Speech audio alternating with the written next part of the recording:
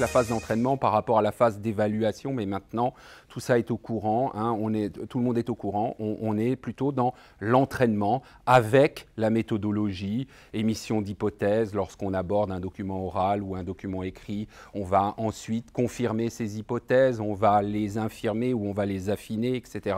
Donc on amène les élèves à ces démarches méthodologiques. C'est des réflexes finalement qu'on essaie de leur inculquer et qui sont répétés dans toutes les unités et de moins en moins vers les 4e, 3e. On suppose qu'ils ont acquis ce genre de méthodes, de réflexes, mais qui sont toujours les mêmes au final. C'est les mêmes résultats qu'on attend et on estime qu'ils sont capables de se débrouiller. Donc voilà, une fois qu'on a pu acquérir la méthodologie, c'est de toute façon transférable à l'ensemble des supports, que ce soit des supports oraux ou des supports écrits. Donc beaucoup de place accordée à cette démarche méthodologique. Alors ici, vous avez donc un exemple de double page d'introduction. Nous rentrons ici dans le document avec clairement indiqué mon projet, donc le projet qui sera à réaliser. Et puis, on indique aussi ce qu'on va devoir apprendre dans cette unité, ce que les élèves vont apprendre et comment ils vont apprendre dans cette unité. Voilà. Donc déjà leur donner un avant-goût des thématiques abordées, mais aussi d'un point de vue de transparence, d'un souci de transparence, savoir où est-ce qu'ils se dirigent pour prendre conscience, mettre du sens sur ce qu'ils apprennent et sur les documents qu'ils s'attendent à voir en général. Par exemple ici, New York, ils savent déjà beaucoup de choses et anticipent assez régulièrement sur le contenu de la leçon.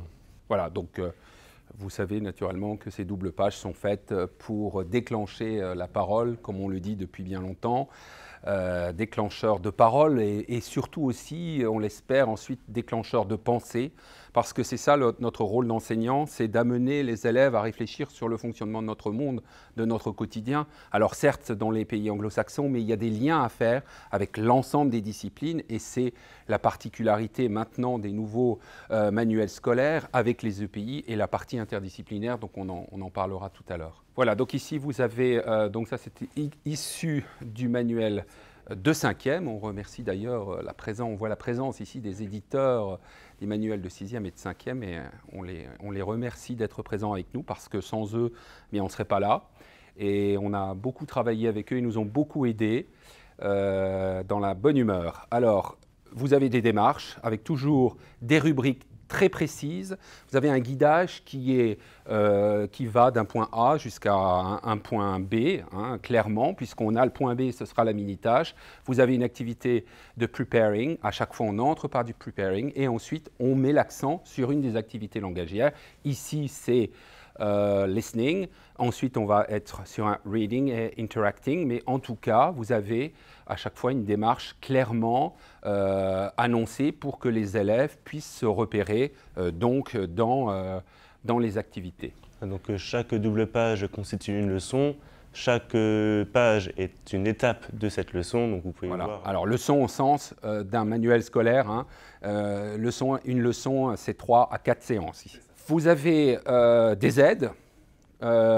Des boxes, des petites boîtes. Culture box, ça vous rappelle quelque chose, on l'a entendu tout à l'heure. Dans le vocabulary kit, vous avez ici le minimum vital, hein, le kit de survie des mots qu'on doit retenir quand on a travaillé ou on va travailler sur tel ou tel sujet. Le grammar kit, ici, vous avez 2 ou 3 extraits qui sont repris des documents, alors d'un document écrit, d'un document oral, et qui nous amènent à travailler dans le workbook, comme je vous le disais tout à l'heure, dans une démarche inductive. Et The Melody of English. On a des enregistrements qui sont déjà tirés des documents audio qu'on peut avoir auparavant, qui sont repris, et donc on demande, pareil, de faire des repérages de manière assez guidée. Le guidage est assez serré sur trouve par exemple ici dans la prononciation du comparatif de supériorité, donc on a les syllabes qui sont en gras et donc on demande une attention particulière sur les éléments qu'on cherche à faire découvrir aux élèves. Donc là, c'est Toujours, on part de l'exemple pour que l'élève puisse faire sa propre règle, en tout cas, qu'il comprenne par lui-même. Pour la phonologie, c'est la même chose. Donc les symboles, bien sûr, on les donne parce que c'est toujours, c'est l'écueil chez les élèves. L'alphabet phonétique est assez obscur pour eux, mais les sons, ils arrivent toujours à repérer, à moins à dire ce qu'ils entendent et où ils l'entendent. Si on doit résumer cette double page, la façon de faire, c'est partir du connu pour aller vers l'inconnu, partir du simple pour aller vers le plus complexe. Il y a un guidage qui est patent, c'est évident, qui doit amener l'élève ensuite vers de plus d'autonomie. Et cette autonomie, doit pouvoir l'acquérir pour réaliser la tâche finale.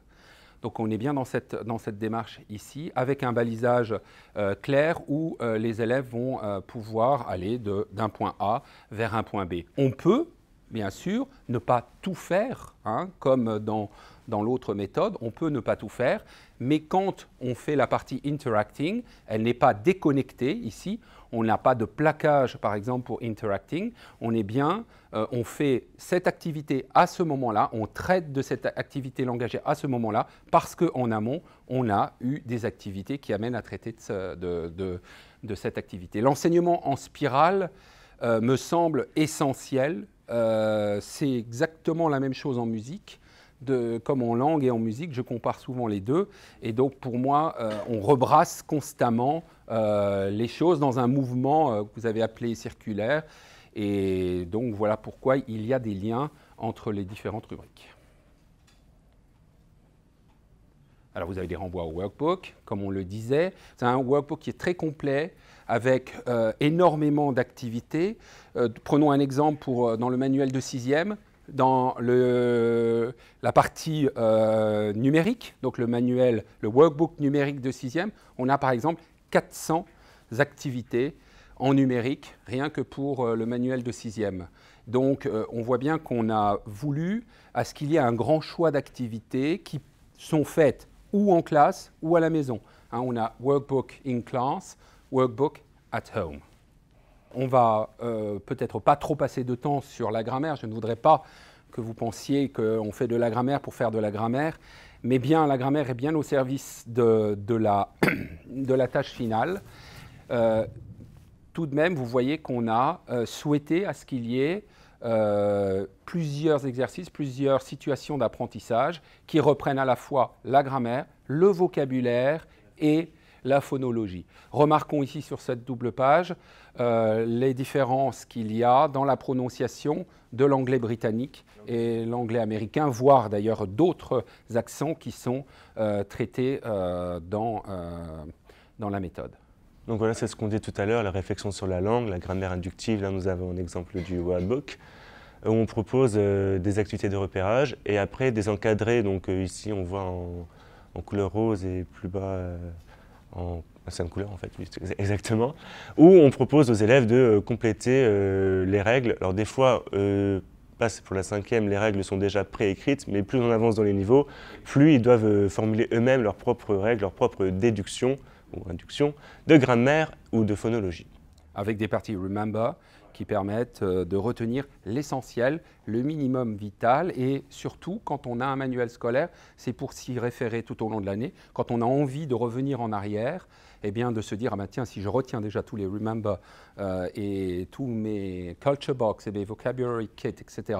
du manuel, je serai peut-être à même d'aller au niveau supérieur.